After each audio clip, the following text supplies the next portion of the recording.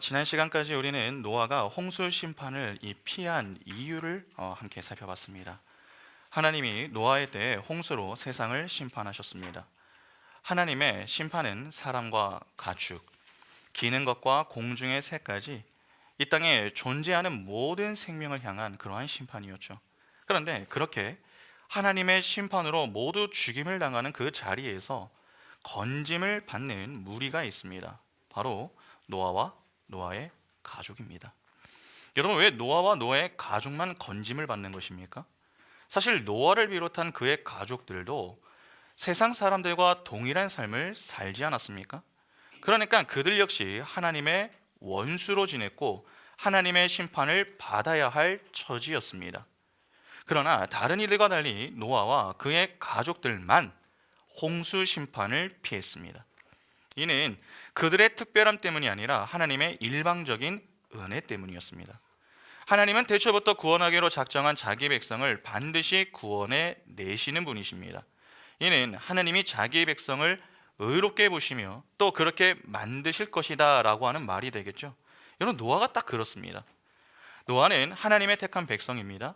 때문에 당시 땅이 부패하여 악을 일삼는 자들과 노아가 함께 지냈어도 하나님은 그를 어떻게 보시는 것입니까?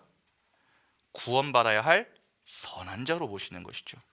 그래서 성경은 노아를 의인이며 완전한 자로 하나님과 동행하며 지냈다, 그렇게 소개하는 것입니다. 분명 하나님이 의롭게 보신 것은 노아입니다.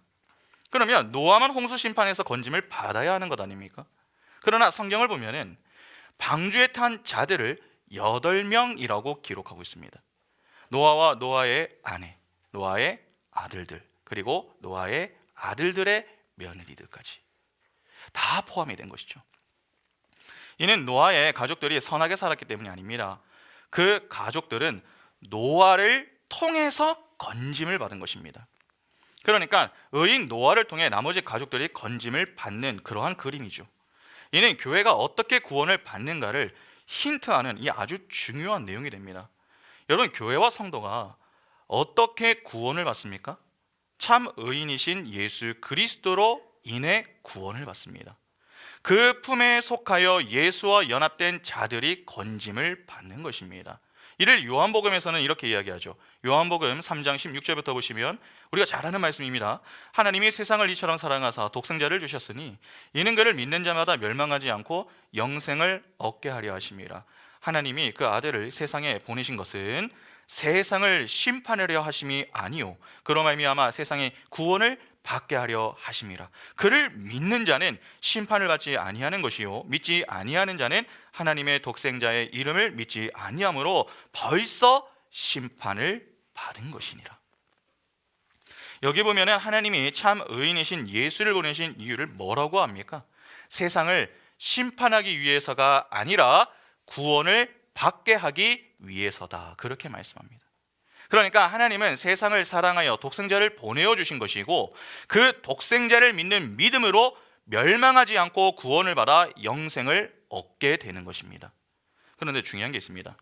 여기서 말하는 세상은요, 온 세상이 아닙니다. 보편 구원자들은 요한복음 3장 26절에 나오는 세상을 모든 사람을 포함한 의미로 해석을 하죠. 그러나 여기에서 말하는 세상은 모든 사람이 아니라 하나님이 태초부터 구원하기로 작정한 자기 백성만을 지칭하는 단어입니다. 실제로 하나님이 보내신 예수를 믿는 자들이 누굽니까? 예수를 본 자들이 아니라 하나님으로부터 난 자들, 즉 하나님의 택한 백성들이 예수를 믿습니다. 빛이신 예수가 오셨으나 어둠은 이를 깨닫지 못했을 뿐 아니라 그 빛을 영접하지도 않았습니다. 그 빛을 영접한 자들은 오직 하나님의 백성들 뿐이었습니다. 그러니까 하나님은 모든 자를 구원하시는 그러한 분이 아니라 구원하기로 작정한 자기 백성만을 구원하시는 분이십니다. 그러면 하나님의 백성은 반드시 하나님의 때에 의인이신 예수를 믿음으로 무엇을 피하고 무엇을 얻게 되는 것입니까? 심판을 피하고 구원을 얻어 영생을 누리게 되는 것입니다. 바로 이러한 내용이 여러분 노아의 홍수 심판 때에 미리 힌트가 되고 있는 것입니다. 그러니까 노아와 함께 홍수 심판을 피한 노아의 가족들은 이후 예수로 인하여 구원을 받게 될 교회와 성도의 모습을 보여주는 그러한 내용이 되는 것이죠. 그러면 결국 노아의 홍수 심판 이야기 속에는 무엇이 숨겨져 있는 것입니까? 구속사의 이야기가 그 속에 숨겨져 있는 것입니다. 제가 처음에 노아의 이야기를 시작하면서 노아의 홍수 심판 속에 담긴 영적 교훈을 이후에 살펴볼 것이다, 그렇게 말씀을 드렸는데 여러분 좀 혹시 기억이 나십니까?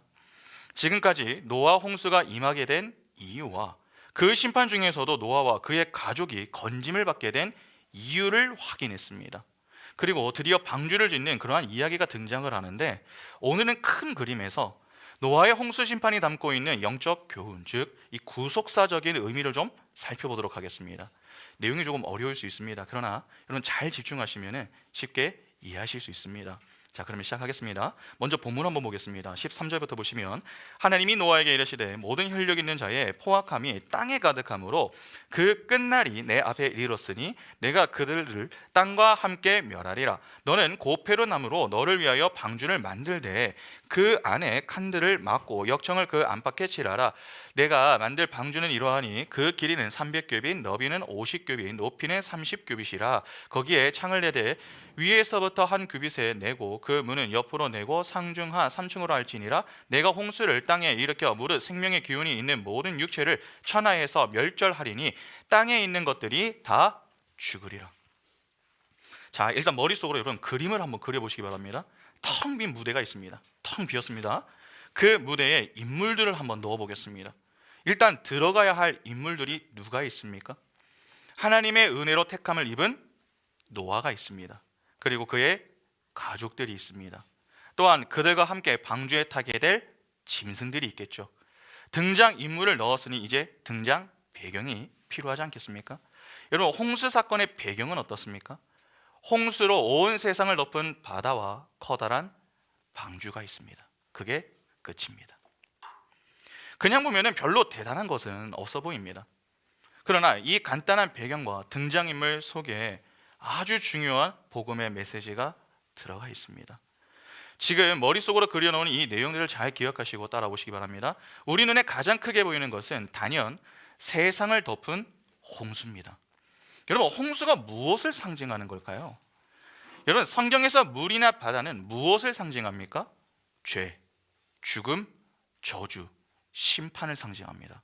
이사야 57장 20절 보시면, 그러나 악인은 평온함을 얻지 못하고 그 물이 진흙과 더러운 것을 늘 솟구쳐내는 요동하는 바다와 같으니라. 시편 32편 6절에 이로 말미암아 모든 경건한 자는 주를 만날 기회를 얻어서 주께 기도할지라. 진실로 홍수가 범람할지라도 그에게 미치지 못하리이다.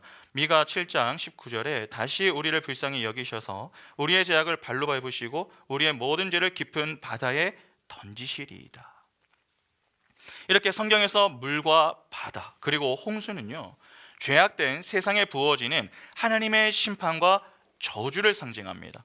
따라서 그 물, 바다, 홍수에 빠지면은 모두 하나님의 저주의 심판 아래에서 영원한 죽음으로 들어가게 되는 것이죠. 이렇게 노아의 홍수 사건에서 온 땅을 가득 채운 홍수는 인간의 죄악과 그 죄악을 심판하시는 하나님의 저주를 상징하는 것입니다. 그런데 그 저주의 물 위에 지금 무엇이 떠 있습니까? 방주가 떠 있습니다. 그러면 방주 속에 있는 자들은 지금 어디에서 건져져 무엇을 얻은 것입니까? 저주와 심판 그리고 죽음에서 건져져 생명을 얻게 되는 것이죠. 그러면 이제 방주로 넘어오시기 바랍니다. 오늘 본문을 보면은 여러분 방주에 관한 이야기가 나옵니다. 여기 방주라고 번역이 된 이 단어는요, 배가 아닙니다. 상자입니다. 상자. 15절을 보면은 방주의 길이와 너비와 높이에 대해서 300규빗, 50규빗, 30규빗이라고 하죠. 이는 135m, 22.5m, 13.5m에 해당합니다.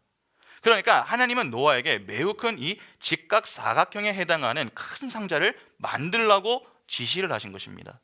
그런데 이 방주라고 하는 히브리어 단어가 여러분 여기서만 나오는 것이 아니라 출애굽기에도 나옵니다. 출애굽기 2장 2절과 3절을 보시면 이렇게 말씀합니다. 그 여자가 임신하여 아들을 낳으니 그가 잘생긴 것을 보고 석 달 동안 그를 숨겼으나 더 숨길 수 없게 되매 그를 위하여 갈대 상자를 가져다가 역청과 나무 진을 칠하고 아기를 거기 담아 나일강 갈대 사이에 두고. 잘 아시다시피 여러분, 모세는요 애굽에서 태어났습니다. 그런데 당시 이 애굽 바로가 히브리 사람들의 번성을 막기 위해서 히브리 여인들에게서 태어나는 히브리 사내 아이들을 전부 죽여라, 그러한 명령을 내렸습니다. 모세의 부모는 모세를 낳고서 석 달 동안은 숨겼지만 이후 역정을 칠한 갈대 상자에 넣어서 물 위에 떠다니게 만들었습니다. 그 모세가 탔던 갈대 상자가 바로 방주입니다. 여러분, 패드를 한번 좀 보여주시겠습니까? 패드로 한번 넘겨주세요. 여러분, 창세기 6장 14절하고 출애굽기 2장 3절을 보시면 패드로 넘겨주세요. PPT 말고. 혹시 보이시나요? 안 보이시나요? 제 화면 보이시나요?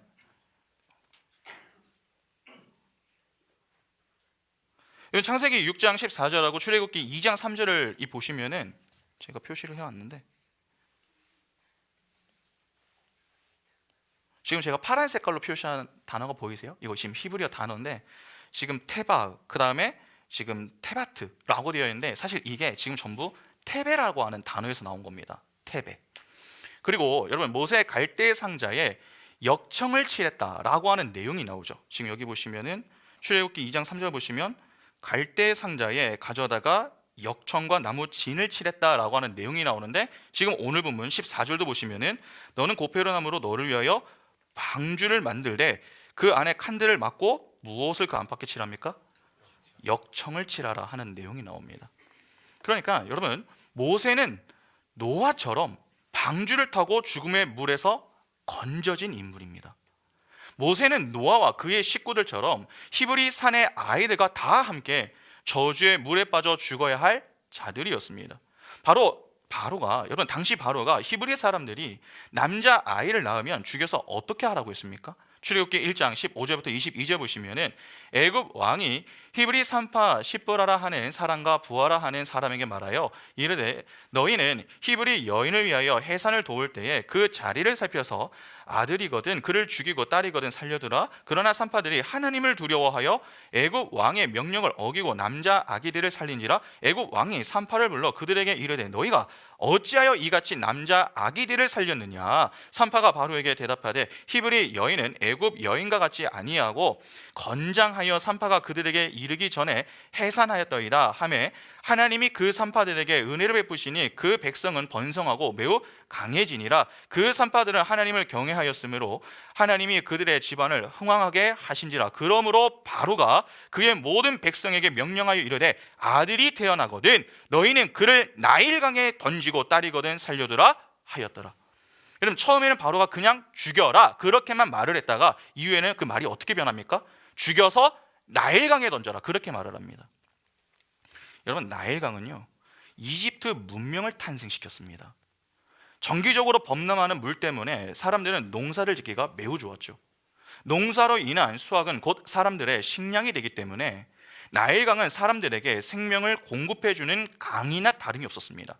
그런데 바로 그 강에 여러분, 지금 바로가 누구를 던지라고 합니까?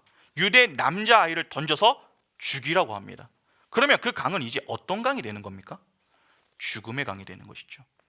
출애굽기 2장에 모세의 어미는 나일 강가에 갈대 상자를 띄어 놓았다고 했습니다.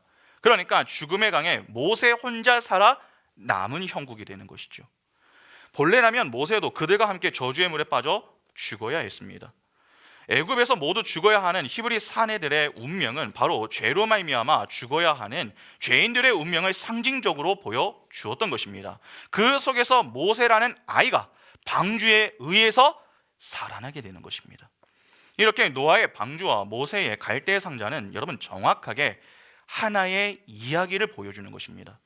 모두 다 죽어야 할 자들 중에 어떤 선택된 소수 무리를 방주가 품어 안고서 그들을 살려내는 것입니다. 그런데 이 이야기가 조금 발전을 해서 이제 선택받은 자들을 품에 안아서 그들의 생명을 건져낸 이 방주가 사람의 모습으로 나타납니다. 이런 모세가 죽지 않고 살아서 애굽의 왕자로 지내다가 사람을 죽인 일로 애굽에서 도망을 하죠. 그렇게 목자로 살았습니다. 그러다가 하나님의 부르심을 받아서 애굽으로 돌아오게 됩니다. 그가 애굽에 가서 한 일이 무엇입니까? 이스라엘을 애굽에서 데리고 나오는 일이었습니다. 그 출애굽 과정에서 있었던 사건이 홍해 도하 사건입니다. 홍해 바다는 여러분 하나님 앞에 범죄한 모든 죄인들이 다 빠져 죽어야 하는 저주와 심판의 바다입니다. 그래서 그 홍해 바다에 세상의 죄인들을 상징하는 애국 군대가 다 죽었던 것입니다. 그런데 그 똑같은 바다에서 죽지 않고 그 바다를 마른 땅처럼 걸어간 이들이 있습니다. 바로 하나님의 택함을 입은 백성, 즉 이스라엘입니다. 성경은 그 사건을 가리켜서 이스라엘이 구름과 바다에서 모세에게 속하여 세례를 받았다, 그렇게 말씀합니다. 고린도전서 10장 1절과 2절 보시면은, 형제들아 나는 너희가 알지 못하기를 원하지 아니하노니 우리 조상들이 다 구름 아래에 있고 바다 가운데로 지나며 모세에게 속하여 다 구름과 바다에서 무엇을 받습니까? 세례를 받고. 노아의 홍수 사건과 모세의 구출 사건에는 하나님의 백성들을 품어 저주의 물에서 구원해 낸 것이 방주였습니다. 그러나 여기 홍해 사건에서 하나님의 선택된 백성을 품에 안고 그들을 구원해 낸 것은 방주가 아니라 모세였습니다. 하나님의 백성인 이스라엘은 모세의 품에 안겨 구원을 받았던 것입니다. 그러니까 방주와 모세는 어떤 한 가지를 동시에 상징하고 있다라고 하는 것을 알 수 있겠죠. 그런데 성경은 여러분 모세가 누구를 상징하고 있는가를 정확하게 밝히고 있습니다. 신명기 18장 15절 보시면은, 내 하나님 여호와께서 너희 가운데 내 형제 중에서 너를 위하여 나와 같은 선지자 하나를 일으키시리니 너희는 그의 말을 들을지니라. 본절을 보면은 자기와 같은 선지자 하나를 일으키겠다라고 하는 내용이 나옵니다. 여러분 여기서 말하는 모세와 같은 선지자가 누굽니까? 예수 그리스도입니다. 요한복음 6장 14절에 그 사람들이 예수께서 행하신 이 표적을 보고 말하되 이는 참으로 세상에 오실 그 선지자라 하더라. 그렇죠? 이렇게 홍해 바다에서 이스라엘을 품에 안고 그들을 구출해낸 모세는 예수 그리스도를 예표하는 인물이었습니다. 성경은 친히 모세가 홍해 바다에서 행한 그 일이 어떻게 예수 그리스도에게서 일어나게 될 것인가 하는 것을 복음서에서 예수의 표적 사건을 통해서 다시 설명해 줍니다. 여러분 복음서를 잘 보시면은 죄인들이 다 죽어야 하는 저주의 물에 빠지지 않고 마치 방주처럼 그 물 위를 걸어서 풍랑에 빠져 죽어야 할 제자들을 건져내시는 예수의 이야기가 나옵니다.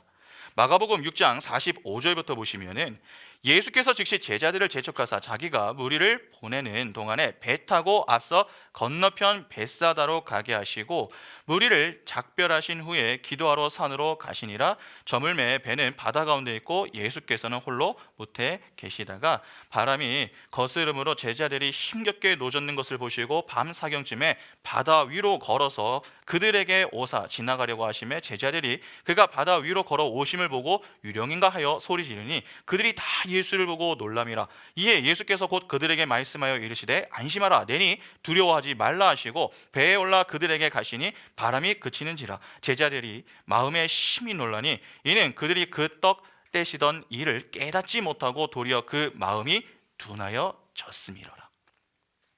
아마도 공생의 시절에 예수께서 이 물 위를 걸으신 사건을 잘 아실 겁니다. 마태, 마가, 요한이 전부 이 사건을 다룹니다. 그런데 우리가 여기서 조금 주목해야 할 게 있습니다. 이 사건이 어느 사건 이후에 등장하는 사건인 줄 아십니까? 오병이어 사건 이후에 등장합니다. 그래서 방금 읽은 마가복음 6장 52절을 보면 이렇게 말씀하죠. 이는 그들이 그 떡 떼시던 일을 깨닫지 못하고. 그러면 여기서 떼시던 그 떡, 어떤 사건에서 나온 떡입니까? 오병이어겠죠. 도리어 그 마음이 둔하여 졌음이로라. 이는 예수께서 떡을 떼셨던 오병이어의 사건과 이 물 위를 걸으시는 사건이 같은 메시지를 담고 있음을 보여주는 것입니다. 그러니까 결국 해당 사건을 이해하기 위해서는 어떤 사건부터 이해를 해야 하는 겁니까? 오병이어 사건부터 제대로 이해를 해야 하는 것입니다. 성경은 제자들도 오병이어 사건을 이해하지 못하고 있었기 때문에 예수께서 물 위를 걸으신 사건도 이해하지 못하고 놀라고만 있었다라고 하는 것을 기록하고 있습니다. 그러면 잠시 오병이어의 이 사건을 좀 보겠습니다. 오병이어 사건이 일어난 곳은 디베랴 바다 건너편입니다. 디베랴 바다는 갈릴리 바다입니다. 패드를 잠시 한번 넘겨주십시오. 패드를.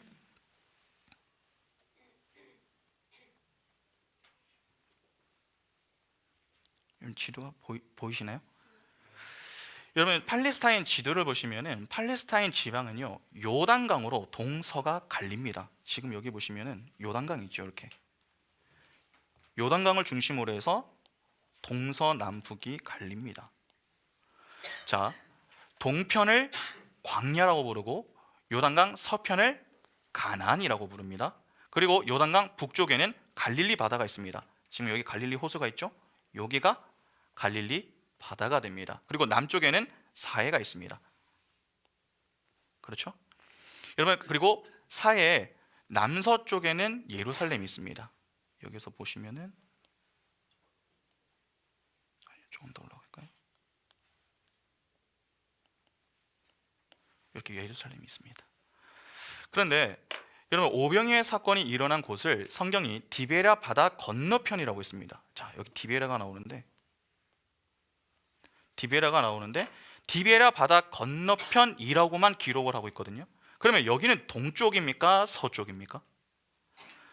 마가복음 6장 35절 보시면 때가 저물어가매 제자들이 예수께 나와 여짜오되 이곳은 빈들이요 날도 저물어가니. 여기서 빈들이라고 번역이 된 이 헬라어 단어는 여러분 광야라고 하는 뜻입니다.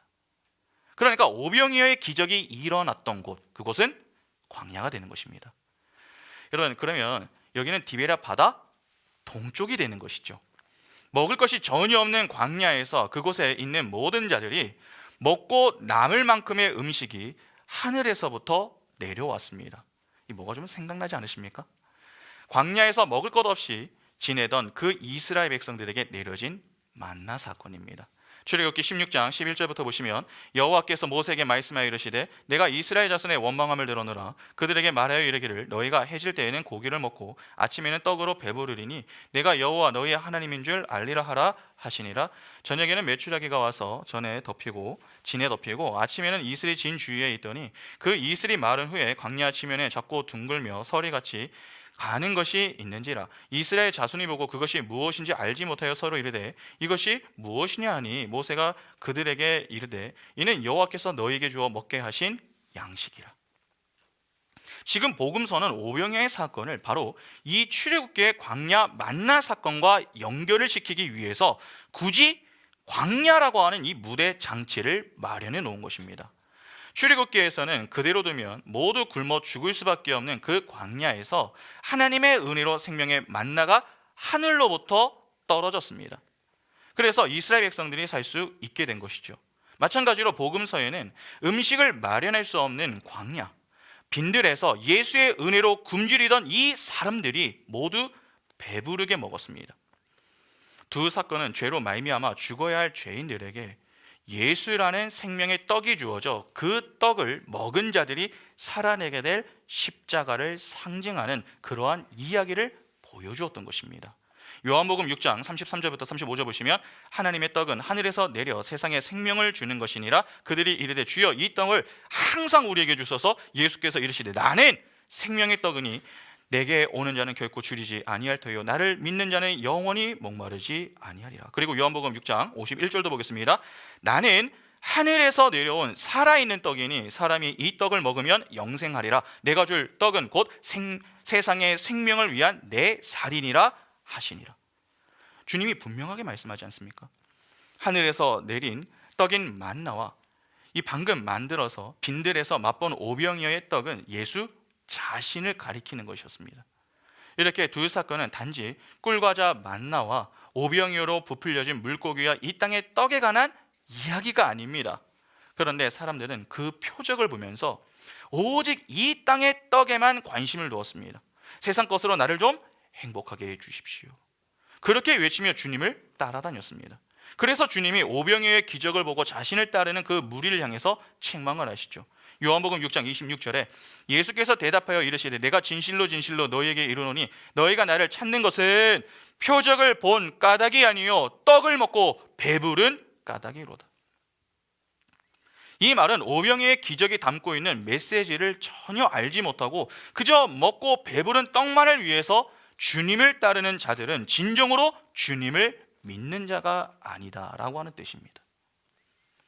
주님은 자기의 사유가 필요 죄인들을 살리기 위해서 오신 분이시지 그들이 원하는 세상의 떡을 주기 위해서 이 땅에 오신 분이 아니라고 지금 강하게 말씀하는 것입니다. 주님이 자기의 택한 백성들에게 주시고자 하셨던 것은 세상의 정욕, 이생의 자락을 충족시켜주는 물질적인 축복이 아니라 하늘의 생명의 영생이었습니다. 광야의 만나 사건과 오병이어의 사건은 바로 그것을 상징적으로 보여주는 사건이었던 것이죠.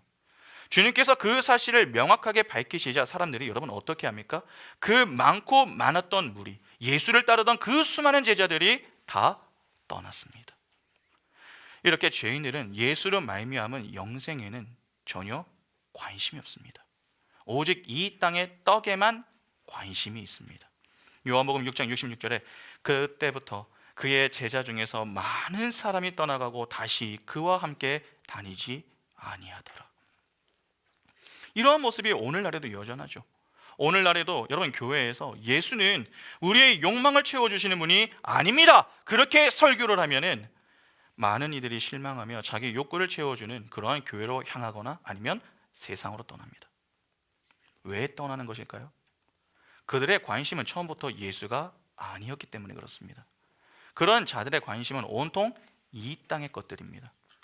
예수까지도 수단 삼아 자신의 것을 채우려고 했으니 그것이 실패할 경우에 그냥 예수의 품을 떠나는 것입니다. 이러한 이야기를 담고 있는 것이 여러분 오병이어의 이후에 등장하는 예수가 물 위를 걸으시는 사건입니다. 주님이 물 위를 걸으신 사건을 잘 아시겠지만 조금 설명을 드리면 이렇습니다.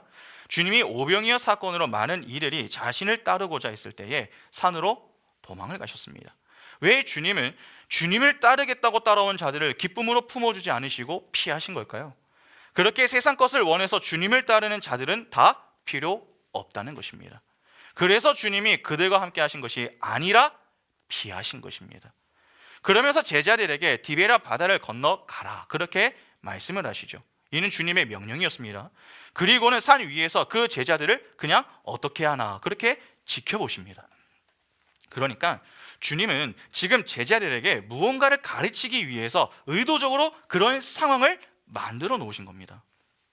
그럼 보시기 바랍니다. 제자들은 지금 디베랴 동쪽 광야에서 서쪽인 가나안으로 들어가는 것입니다. 그런데 바다에 풍랑이 일어났습니다. 그 풍랑에 빠지면 다 죽습니다. 그런데 제자들 중에 상당수가 어디 출신입니까? 어부 출신입니다.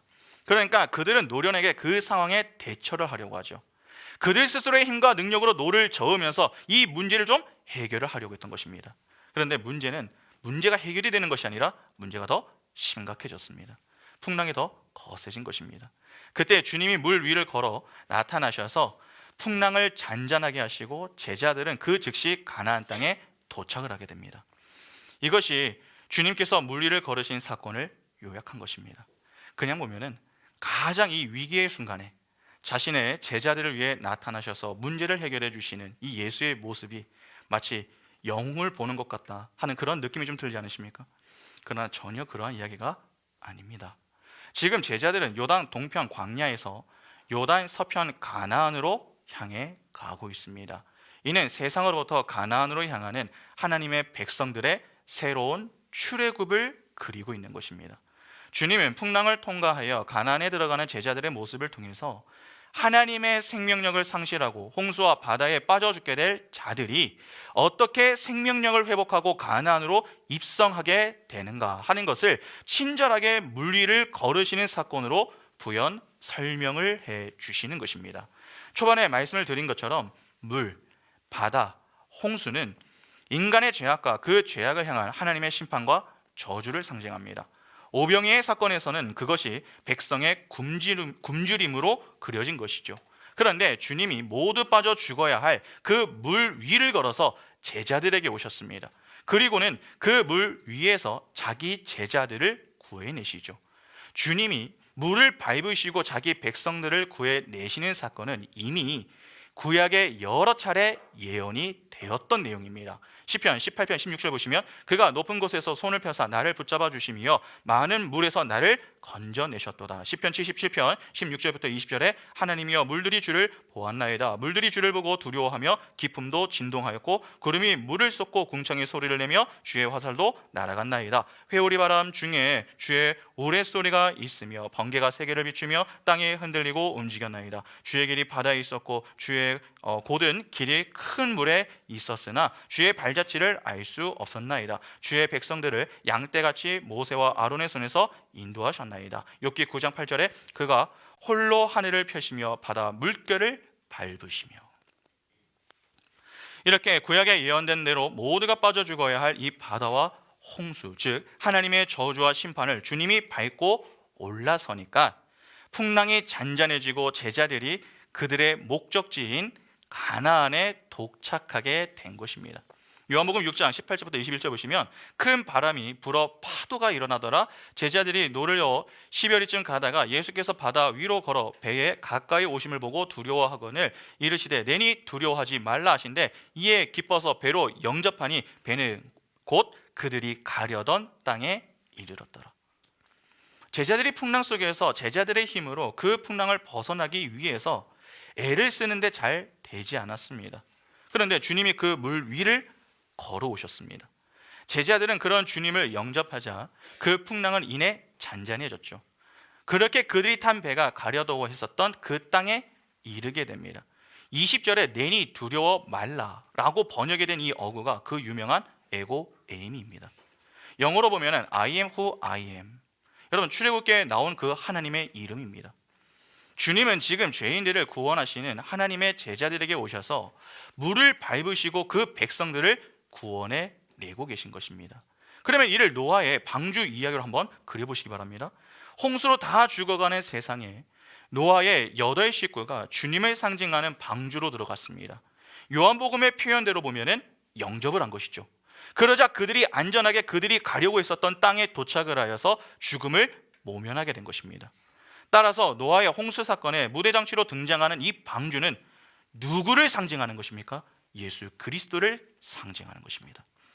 주님이 오병이의 떡을 먹고 세상 것으로 자신들을 행복하게 해달라 그렇게 따라온 자들에게 너희가 진정 행복할 수 있는 길은 나를 먹는 길밖에는 없다. 다른 말로 나를 믿는 자들만이 영생을 얻고 진정한 안식과 행복의 땅에 들어갈 수 있다라고 하는 것을 가르치셨습니다.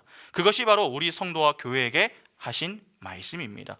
그리고 스스로의 힘으로 풍랑을 해결하며 목적지에 가려고 했었던 그들에게 너희들의 힘으로는 절대 약속의 땅에 도달할 수 없으니 나를 의지하고 나를 믿어라. 오직 그 길만이 너희가 가려고 하는 그 안식의 땅, 행복과 평화의 땅에 들어갈 수 있는 유일한 방법이다. 그것을 교회들에게 친히 알려주시는 것입니다. 그러니까 두 사건은 다 굶주림과 풍랑 속에서 살아나 진정으로 행복을 찾을 수 있는 길은 너희가 너희의 힘을 발휘하여 세상의 것들을 차지하고 싸움으로 찾을 수 있는 것이 아니라 오직 예수를 믿음으로써만 찾을 수 있는 것이다 라고 하는 것을 웅변하고 있는 것입니다. 여러분 우리가 진정으로 행복할 수 있는 길은 이 세상의 자랑이나 육신의 정욕의 충족이 아닙니다. 아무리 돈을 많이 벌고 높은 자리에 올라도 우리가 원하는 진정한 행복은 결코 찾아오지 않습니다. 오직 예수를 믿는 믿음으로만 우리는 저주의 물, 심판의 홍수에서 벗어나 참된 안식에 들어갈 수 있는 것입니다. 노아의 방주 이야기는 바로 그 복음의 이야기를 담고 있는 것이죠. 그러나 세상 사람들은 은혜로 영생을 주시겠다라고 하는 이 예수를 원하지 않습니다. 영생은 눈에 보이는 것이 아니기 때문에 세상 사람들은 관심을 두지 않죠. 그들은 그냥 눈에 보이고 만질 수 있는 육신의 정욕, 또 이생의 자랑만을 충족시켜 주기를 바랍니다. 예수는 그러한 자들에게 너희는 보이지 않는 것을 실제로 받아들이는 믿음을 가져야 한다. 그런데 왜 자꾸 눈에 보이는 것을 나에게서 원하느냐? 그렇게 한탄하시며 책망하시는 것입니다. 예수께서 물 위를 걸으시는 사건을 보면은 여러분 이 예수의 제자였던 수제자 베드로가 그런 우매한 자들의 대표로 나섭니다. 마태복음 14장 27절부터 32절 보시면은 예수께서 즉시 이르시되 안심하라 나니 두려워하지 말라. 베드로가 대답하여 이르되 주여 만일 주님이시거든 나를 명하사 물 위로 오라 하소서 하니 오라 하시니 베드로가 배에서 내려 물 위로 걸어서 예수께로 가되 바람을 보고 무서워 빠져가는지라 소리질러 이르되 주여 나를 구원하소서 하니 예수께서 즉시 손을 내밀어 그를 붙잡으시며 이르시되 믿음이 작은 자여 왜 의심하였느냐 하시고 배에 함께 오름에 바람이 그치는지라. 주님이 내니 두려워 말라 그렇게 말씀하셨습니다. 그런데 베드로는 이생의 자랑 즉 육신의 정욕에 눈이 어두워져서 뭐라고 합니까? 주님 저도 물 위를 좀 걸어보면 안 될까요? 그렇게 물 위를 걷게 해달라는 요구를 합니다. 풍랑이 있는 바다에서 물 위를 걸어보는 것이 뭐 그리 중요합니까? 일단 사는 것이 중요한 거 아닙니까? 그러나 베드로는 주님께 우리를 구원해 주십시오 그것을 요구했던 것이 아니라 주님 저도 멋있게 한번 물 위를 걷게 해 주십시오 그걸 요구했던 것입니다. 어떠십니까? 여러분 기독교는 부와 명예를 얻어 사람들에게 자신을 증명하는 종교가 아닙니다. 기독교는 주님 저는 죄인입니다. 주님이 아니면 아무런 희망이 없는 추악한 죄인일 뿐입니다. 저는 고깃덩어리입니다. 저를 좀 살려주십시오. 그렇게 자신의 불가능함을 인정하고 하나님의 은혜의 장중으로 숨는 것입니다. 여러분 그게 기독교입니다. 그런데 많은 이들이 기독교를 오해하고 있습니다. 예수를 믿는 많은 자들이 이 땅에서 자신을 증명하며 살 수 있다 그렇게 가르치고 있습니다. 또 그렇게 믿고 있습니다. 그리고 거기에서 행복이 온다 그렇게 믿죠. 여러분 그건 기독교의 본질이 아닙니다. 그건 저주의 바다 풍랑의 바다에 빠지는 일입니다. 잘 한번 보시기 바랍니다. 예수의 힘을 이용해서 육신의 정욕과 이생의 자랑으로 물 위를 걸으려고 했었던 이 베드로가 어떻게 됩니까? 결국 바다에 빠집니다. 풍랑이 있는 바다, 심판의 바다, 저주의 바다에 빠지는 것입니다. 베드로는 세상 것을 얻기 위해서 주님을 따르던 오병의 현장에 있었던 자들과 배 위에서 여전히 세상의 떡에만 관심을 가지고 있는 이 제자들을 대표하고 있는 것입니다. 그런 자들이 모두 저주의 바다와 심판의 홍수에 빠지게 될 것을 성경은 보여주는 것입니다. 이를 노아의 홍수 심판에서는 누구로 보여주는 것입니까? 네피림과 용사 그리고 유명한 자로 보여주는 것입니다. 그들 때문에 저주의 물이 하늘에서 쏟아진 것입니다. 하나님 앞에서는 네피림과 용사 그리고 유명한 자가 필요 없다는 것이죠. 죄인들의 유일한 목적은 세상의 왕이 되는 것이고 다른 이들에게 용사가 되어 자신을 과시하고 자랑하는 것입니다. 오직 그 목적을 위해서만 삽니다. 그것이 바로 아담이지 않았습니까? 선악과를 따먹은 아담과 하와 말입니다. 내가 하나님처럼 되고 싶은 것입니다. 베드로가 주님 저도 멋있게 한번 물 위를 걷게 좀 해주십시오. 그 모습과 전혀 다르지 않습니다. 하나님은 그 위에 진노의 물을 쏟아 부으시는 것입니다. 그들은 모두 저주의 홍수 분노의 바다에 빠지게 될 것입니다. 기독교는 그렇게 눈에 보이는 것을 추구하는 종교가 아닙니다. 기독교는 비록 눈에 보이지 않아도 하나님의 약속이 있기에 그것을 실제로 받아들이는 믿음을 발휘하는 것입니다. 주께서 물에 빠진 베드로에게 하신 말씀을 한번 보시기 바랍니다. 여러분 베드로가 바다에서 빠져가지고 죽게 됐습니다. 그 모습을 보신 주님이 베드로에게 뭐라고 말씀하십니까? 믿음이 작은 자여 왜 의심하였느냐? 네가 믿음이 없어서 빠진 것이다. 그렇게 말씀하십니다. 이생의 자랑, 육신의 정욕을 따라 물 위를 걸으려고 하는 자들, 즉 이 세상에서 자신을 과시함으로 행복을 찾으려 하는 자들은 모두 다 그렇게 저주의 바다에 빠지게 되는 것입니다. 여러분 물에 빠져 죽어야 할 우리가 살아나서 물 위를 걸을 수 있는 유일한 길은 바다를 밟고 물 위를 걸으시는 예수 안으로 들어가는 방법밖에는 없습니다. 그것이 바로 예수를 믿는 것입니다. 다른 길은 없습니다. 오직 예수를 믿는 방법밖에는 없습니다. 이를 바울이 쓴 갈라디아서에 나오는 방식으로 표현하면 이렇습니다. 갈라디아서 1장 6절부터 9절 보시면 그리스도의 은혜로 너희를 부르신 이를 이같이 속히 떠나 다른 복음을 따르는 것을 내가 이상하게 여기노라. 다른 복음은 없나니 다만 어떤 사람들이 너희를 교란하여 그리스도의 복음을 변하게 하려 함이라. 그러나 우리나 혹은 하늘로부터 온 천사라도 우리가 너희에게 전한 복음 외에 다른 복음을 전하면 저주를 받을지어다. 우리가 전에 말하였거니와 내가 지금 다시 말하노니 만일 누구든지 너희가 받은 것 외에 다른 복음을 전하면 저주를 받을지어다. 바울이 다른 복음은 없음을 강조하며 다른 복음을 전하면 저주를 받을 것이다, 그렇게 강하게 이야기를 하죠. 이는 저주를 받지 않는 길은 무엇밖에 없다는 말입니까? 은혜의 복음, 즉 예수를 믿는 것 외에는 다른 길이 없다라고 하는 말입니다. 여러분, 노아는 비도 오지 않는 그 산 꼭대기에서 아직 눈에 보이지 않는 하나님의 약속만 믿고서 120년 동안 방주를 만들었습니다. 그리고 비 한 방울도 오지 않는 그때의 방주 속으로 들어갔죠. 그것을 믿음이라고 하는 것입니다. 노아가 만일에 눈에 보이는 세상 복의 영화와 체면과 자랑을 챙기는 자였다면 그렇게 할 수 있었겠습니까? 절대로 그렇게 하지 못합니다. 세상 모든 이들이 노아를 이해하지 못했습니다. 그런데 그 조롱을 참으며 그는 오직 하나님만을 바라보았습니다. 그것을 바로 믿음이라고 하는 것입니다. 우리는 그렇게 눈에 보이는 것이 나에게 주어지지 않을 때에 방주로 들어가는 것입니다. 세상 모든 사람들이 우리를 보고 이해하지 못할 것이고 또 조롱할 수 있습니다. 네가 믿는 하나님이 살아계시다면 너를 그렇게 만들 수 있느냐? 왜 네가 믿는 하나님은 너를 도와주지 않으시느냐? 왜 병을 낫게 해주지 않지? 왜 성공하게 해주지 않느냐? 세상은 그렇게 우리를 조롱하고 멸시할 수 있습니다. 그때 우리는 그들에게 말해줄 수 있어야 됩니다. 우리 하나님은 나에게 눈에 보이지 않는 것을 믿는 믿음을 요구하십니다. 그래서 나는 눈에 보이는 것이 오히려 내게 주어지지 않는 것이 감사합니다. 노아가 120년 동안 홍수를 대비했듯이 나도 우리 하나님의 약속을 믿기 때문에 이렇게 마지막 날을 준비하는 것입니다. 그렇게 말할 수 있어야 합니다. 여러분, 하나님이 우리에게 허락하신 약속이 무엇입니까?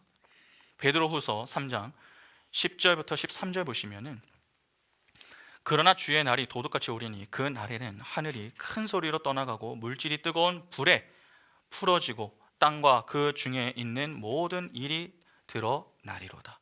이 모든 것이 이렇게 풀어지리니 너희가 어떠한 사람이 되어야 마땅하냐? 거룩한 행실과 경건함으로 하나님의 날이 임하기를 바라보고 간절히 사모하라. 그 날에 하늘이 불에 타서 풀어지고 물질이 뜨거운 불에 녹아지려니와 우리는 그의 약속대로 의가 있는 곳인 새 하늘과 새 땅을 바라보도다. 마태복음 24장 37절부터 39절 보시면 노아의 때와 같이 인자의 임함도 그러하리라. 홍수전에 노아가 방주에 들어가던 날까지 사람들이 먹고 마시고 장가들고 시집가고 있으면서 홍수가 나서 그들을 다 멸하기까지 깨닫지 못하였으니 인자의 임함도 이와 같으리라.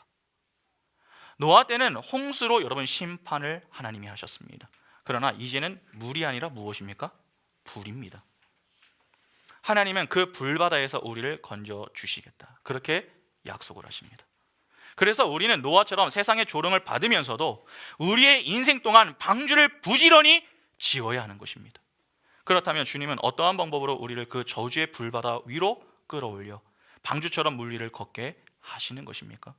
하나님은 공의의 하나님이시기 때문에 그냥 무작정 용서하실 수가 없습니다. 어떻게 그 구원의 방주가 뜨게 되는 것입니까? 우리가 빠져 죽어야 할 그 홍수 속에 우리 주님이 대신 빠져 죽으심으로 우리가 그 불바다 위를 걷게 되는 것입니다. 그것이 바로 십자가입니다. 누가복음 12장 50절에 나는 받을 세례가 있으니 그것이 이루어지기까지 나의 답답함이 어떠하겠느냐. 주님이 스스로 지실 십자가를 가리켜서 받을 세례라고 말씀을 하십니다. 세례라고 하는 말은 여러분 물에 잠그다는 뜻입니다. 그래서 실제 침례교의 경우에 아직까지 침례를 줄 때에 어떻게 합니까? 물에 푹 잠갔다가 빼죠. 여러분 그게 원래 세례의 뜻입니다.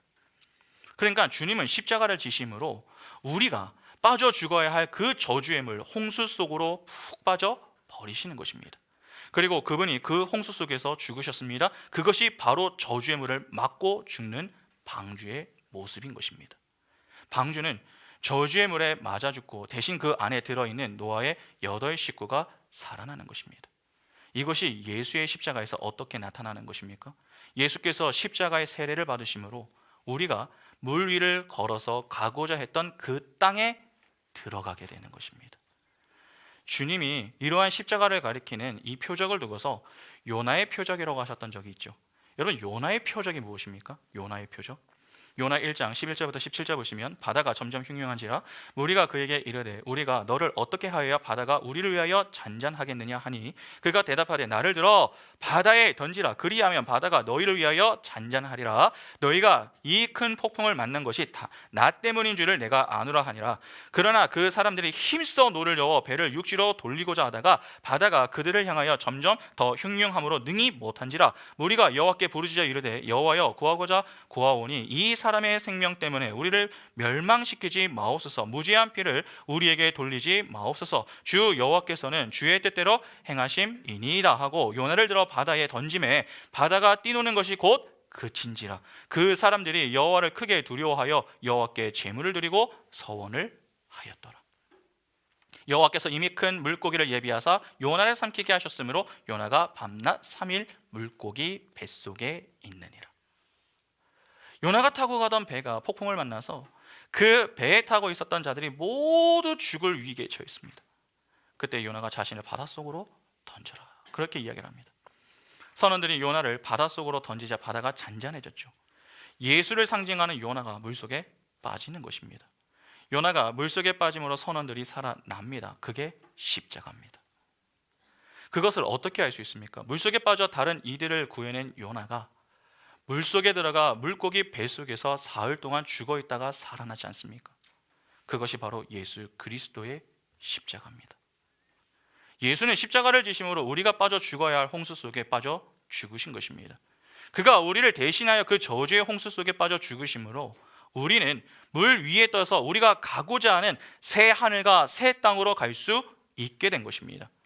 그것이 바로 노아 홍수 사건이 담고 있는 복음의 메시지입니다. 여러분, 우리가 홍수와 풍랑을 피해 죽음을 모면할 수 있는 길은 딱 하나입니다. 예수 그리스도의 은혜를 믿는 믿음이라고 하는 길밖에는 없습니다. 그 예수를 믿는 믿음이 무엇인가를 반복하여 설명하는 것, 그것이 설교여야 합니다. 설교는 세상에서 심리, 경영 등을 이용하여서 이 땅에서 자기를 사랑하고 배를 떵떵거리며 잘 살 수 있는 방법을 설명해 주는 것이 아닙니다. 오히려 자기를 부인하고 홍수와 풍랑을 피해서 우리가 가려던 그 땅에 도착하는 방법인 복음만을 설명하는 것이 되어야 합니다. 그런데 아마 어떤 분들은 조금 의아한 마음이 드실지 모르겠습니다. 예수를 믿으면 풍랑이 좀 잔잔해지고 홍수도 피할 수 있다고 하는데, 그러면 내 삶은 왜 이렇게 풍랑이 그치지 않는 것인가? 왜 내 인생은 홍수로 가득한 것인가? 그러한 생각이 드시는 분들이 계실 수도 있습니다. 궁극적으로 우리의 모든 풍랑과 홍수는 다 사라집니다. 그것이 하나님의 나라입니다. 그러나 우리는 여전히 이 세상에 발을 딛고 있습니다. 거기에서 발휘해야 하는 것이 바로 믿음입니다. 우리는 우리의 삶 속에 일어나는 풍랑 속에서 잔잔하게 물리를 걸어야 하는 그러한 자들이죠. 여러분, 그것을 믿음이라고 하는 것입니다. 이 세상 속에서 하늘 나라를 사는 것이죠. 여러분, 자꾸 죽고 나서 가는 곳, 그것을 천국이라고 여기시면 안 됩니다. 우리는 이미 이 땅에서부터 천국, 하늘 나라를 살아갑니다. 내 삶 속에서는 여전히 풍랑이 일고 있지만 나는 믿음으로 잔잔한 바다 위를 걸어가야 하는 것입니다. 지금 눈에 보이는 환경은 몰아치는 홍수 같은 것이지만 주님이 내니 두려워 말라, 그렇게 말씀하셨습니다. 그리고 그 약속의 땅에 반드시 우리를 데리고 가신다고 약속하셨습니다. 그 말씀과 약속을 믿고 우리는 풍랑과 홍수 앞에서도 당당하게 믿음으로 물 위를 걷는 것입니다. 베드로가 여러분 바로 물에 빠졌습니까? 아닙니다. 어느 정도 걷다가 빠졌습니다. 그러니까 우리의 시선을 온전히 주님께 두며 주님을 믿으며 그 물 위를 걸을 수 있어야 한다는 것입니다. 주님이 우리에게 풍랑과 홍수를 만나게 하시는 것은 여러분 우리를 미워해서가 아닙니다. 오히려 그렇게 우리에게 새 하늘과 새 땅에 들어갈 수 있는 믿음이 있는가의 여부를 확인하기 위해서 허락하시는 것입니다. 그때마다 우리는 불평할 것이 아니라 그 풍랑과 홍수 앞에서 내가 믿음을 가지고 사는 자가 맞는지, 또 바른 믿음을 가지고 있는 자가 맞는지 그 여부를 확인하시면 됩니다. 존 버년의 철로 역정의 크리스천이 천성길 앞에서 무엇을 건넜습니까? 죽음의 강을 건넜습니다. 그 강에서 그가 확인했던 것은 다른 것이 아니었습니다. 그의 믿음이었습니다. 처음에 그는 그 강에 빠져 죽는 줄 알았습니다. 몸이 자꾸 물에 잠기니까 그는 다 끝났다, 그렇게 여겼습니다. 그래서 포기하려고 했었죠. 그러나 크리스천이 그의 힘을 빼고서 예수를 믿는 믿음으로 그 강을 건너려고 하자 어떻게 되었습니까? 죽지 않고 결국 천선길에 오르게 되었습니다. 바로 이것입니다. 여러분, 예수를 믿으시기 바랍니다. 그러면 언젠가 그 모든 풍랑들이 가시적으로 다 사라지고 우리는 영원한 행복과 안식과 기쁨만이 있는 그 새 하늘과 새 땅으로 들어갈 수 있을 것입니다. 요한계시록 21장 1절에 또 내가 새 하늘과 새 땅을 보니 처음 하늘과 처음 땅이 없어졌고 바다도 다시 있지 않더라. 무엇이 없습니까? 바다가 없습니다. 새 하늘과 새 땅에는 이제 저주의 바다, 심판의 홍수가 없습니다. 그것이 예수 믿는 우리의 실존입니다. 그 땅을 바라보며 이 땅의 풍랑을 잘 이겨내야 합니다. 그것이 바로 믿음입니다. 그러나 여전히 이생의 자랑이나 육신의 정욕만을 채우려고 혈안이 된 자들은 베드로와 같이 풍랑 속으로 또 바다 속으로 잠기게 됩니다. 그들이 빠지게 될 바다는 여러분 그냥 바다가 아닙니다. 불과 유황으로 타는 저주의 바다요, 심판의 바다입니다. 요한계시록 21장 8절에 그러나 두려워하는 자들과 믿지 아니하는 자들과 흉악한 자들과 살인자들과 음행하는 자들과 점순가들과 우상 숭배자들과 거짓말하는 모든 자들은 불과 유황으로 타는 못에 던져지리니 이것이 둘째 사망이라.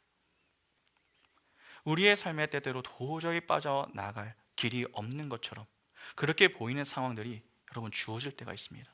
소위 답이 없다, 이제는 답이 없다, 그렇게 느껴지는 때가 있다는 것입니다. 여기에 그 과정을 지나고 계시는 분들이 계실 수도 있겠죠. 여러분, 이상한 게 아닙니다. 정상입니다. 이 세상에 성도가 자신의 행복을 찾아갈 수 있는 길 하나도 없습니다. 그래서 주님이 그런 인생의 과정을 지나는 우리를 향해서 하시는 말씀이 무엇입니까? 요한복음 14장 6절에 예수께서 이르시되 내가 곧 길이요 진리요 생명이니 나로 말미암지 않고는 아버지께로 올 자가 없느니라. 내가 곧 길이요 진리요 생명이다, 그렇게 말씀하시는 겁니다. 여러분, 주님도 길이 되는 것이 아닙니다. 주님만이 길이 되십니다. 주님 이외에 우리가 행복할 수 있는 길은 없습니다. 오직 주님만이 생명에 이르는 길입니다. 행복에 이르는 길이라면 이 세상에는 다른 길이 없다는 말이죠. 그 말은 성도에게 있어서 이 세상의 모든 길이 결국 다 낭떠러지다라고 하는 말 아닙니까? 하나님이 우리를 지금 그 낭떠러지로 밀고 넣어 계시다라고 하는 느낌이 좀 들지 않으십니까? 우리는 그리스도인입니다. 예수라는 유일한 길을 찾아서 올라오라고, 꼭 그 길로만 들어서라고 주께서 우리를 낭떠러지로, 절벽으로 자꾸 밀어 붙이시는 겁니다. 그때 자꾸 죽을 것 같다고 불평하지 마시고 예수라는 길을 찾으시기 바랍니다. 성도는 풍랑이 있는 바다 같은 이 땅에서 잔잔하게 물리를 걸으시는 예수를 붙잡아야 합니다. 그것이 믿음입니다. 왜 우리의 삶 속에 그렇게 고통스러운 홍수와 풍랑이 자꾸 일고 있는지 좀 이해가 되십니까? 세상에서 이름 떨치고 세상에서 자랑스러운 자들이 되려고 몸부림치지 마시고 예수를 붙드는 그 일에 열심을 내시기 바랍니다. 세상 것들을 붙들려고 하다가 보면은 정작 우리가 붙들어야 할 그 예수를 놓칠 수 있습니다. 아닙니다. 우리가 진짜 붙들어야 할 대상은 예수 그리스도입니다. 진짜 그 예수를 붙들고 계십니까? 정말 잘 가고 계신 것입니다. 두려워하지 마시고 힘을 내시기 바랍니다. 우리의 목적, 우리의 계획, 우리의 뜻을 하나님께 관철시키려고 하지 마시기 바랍니다. 그 사람들이 불행한 자들입니다. 그 사람들이 결국 죽음의 바다, 저주의 바다에 빠질 자들입니다. 그러나 예수를 붙들고 사는 우리는 어떻습니까? 예수의 품속에서 물리를 걸어갈 자들입니다. 하나님의 뜻이 우리의 삶 속에서 이루어지기를 위하여서 기도하셔야 됩니다. 제가 개척을 하고 나서 가장 많이 들었었던 질문이 무엇인 줄 아십니까? 목사님은 목회 철학과 비전이 무엇입니까? 교회의 비전이 무엇입니까? 하는 것이었습니다. 그때 저는 죄송하지만 전 비전이 없습니다, 그렇게 대답을 했습니다. 누군가가 보기에는 무책임한 그러한 모습처럼 보일 수 있겠지만 이유가 있습니다. 여러분, 우리는 주님의 양떼입니다. 양은 시력이 좋습니까? 시력이 매우 좋지 못합니다. 양이 어떤 계획을 세워서 움직이는 줄 아십니까? 아닙니다. 목자의 음성을 듣고 그 앞에 따라가는 양만 보고 따라갑니다. 우리는 비전을 세워서 걸어가는 자들이 아니라 하나님의 말씀, 즉 그 음성을 듣고 순종하는 자들입니다. 우리가 어떤 비전을 세우기 시작하면 그 비전을 세운 그때부터 우리는 그것을 우리의 욕심으로 삼아 올바르게 걸어갈 수가 없습니다. 왜냐하면 하나님이 내가 세운 비전과 다른 자리로 인도하실 때면 자꾸 이 불편함이 주어지기 때문이죠. 여러분, 우리가 진정 가져야 할 비전이 무엇입니까? 하나님의 음성을 잘 듣는 것입니다. 그 음성을 잘 들어서 그 음성에 믿음으로 반응하며 목자의 부르심에 반응하여 목자를 따라가는 것입니다. 하나님이 우리에게 주신 일은 하나밖에 없습니다. 하나님이 보내신 자 예수 그리스도를 믿는 것입니다. 그 예수를 믿는 믿음으로 우리가 하나님의 자녀로 성숙되는 그 일을 우리 인생의 목표로 삼으시기 바랍니다. 오늘 우리가 바로 이러한 목표를 인생의 목표로 두고 물 위를 걷는 인생을 살아가는 자들이 다 될 수 있기를 바랍니다. 여러분, 오늘은 추수감사주일입니다. 우리가 걸어온 발자취들을 한번 돌아보시기 바랍니다. 한 해 동안 우리의 걸음 가운데 하나님의 은혜가 없었던 적이 있었습니까? 당장이라도 죽을 것 같은 크고 작은 그 풍랑 앞에서 그렇게 죽을 것 같아요, 죽을 것 같아요 힘들어하고 불평하며 지냈어도 우리가 지금까지 죽지 않고 그 심판의 바다, 저주의 바다, 그 바다 위를 걸어서 우리가 여기까지 왔습니다. 도대체 어떻게 우리가 죽지 않고 이 자리까지 나오게 된 것입니까? 예수라는 방주가 우리를 품에 안으시고 안전하게 이 자리까지 인도를 해 주셨던 그분의 은혜 때문 아닙니까? 무엇에 감사하시기를 원하십니까? 다른 것에 감사하지 마시고 오늘 우리를 죄에서 구원하신 예수 그리스도, 우리를 품에 안으시고 물 위를 걷게 하심으로 영광의 자리에 서게 하시는 그 예수 그리스도의 은혜에 감사하시기 바랍니다. 예수 그리스도 때문에 감사하는 추수 감사주일이 될 수 있기를 바랍니다. 그리하여 오늘, 아니 우리 일평생 그 구원의 방주에 탑승하여 물 위를 걷는 은혜에 감사하며 구원의 하나님을 영화롭게 해 드릴 수 있는 복이 우리 인생에 늘 충만할 수 있기를 간절히 소망합니다. 성찬식 거행하겠습니다.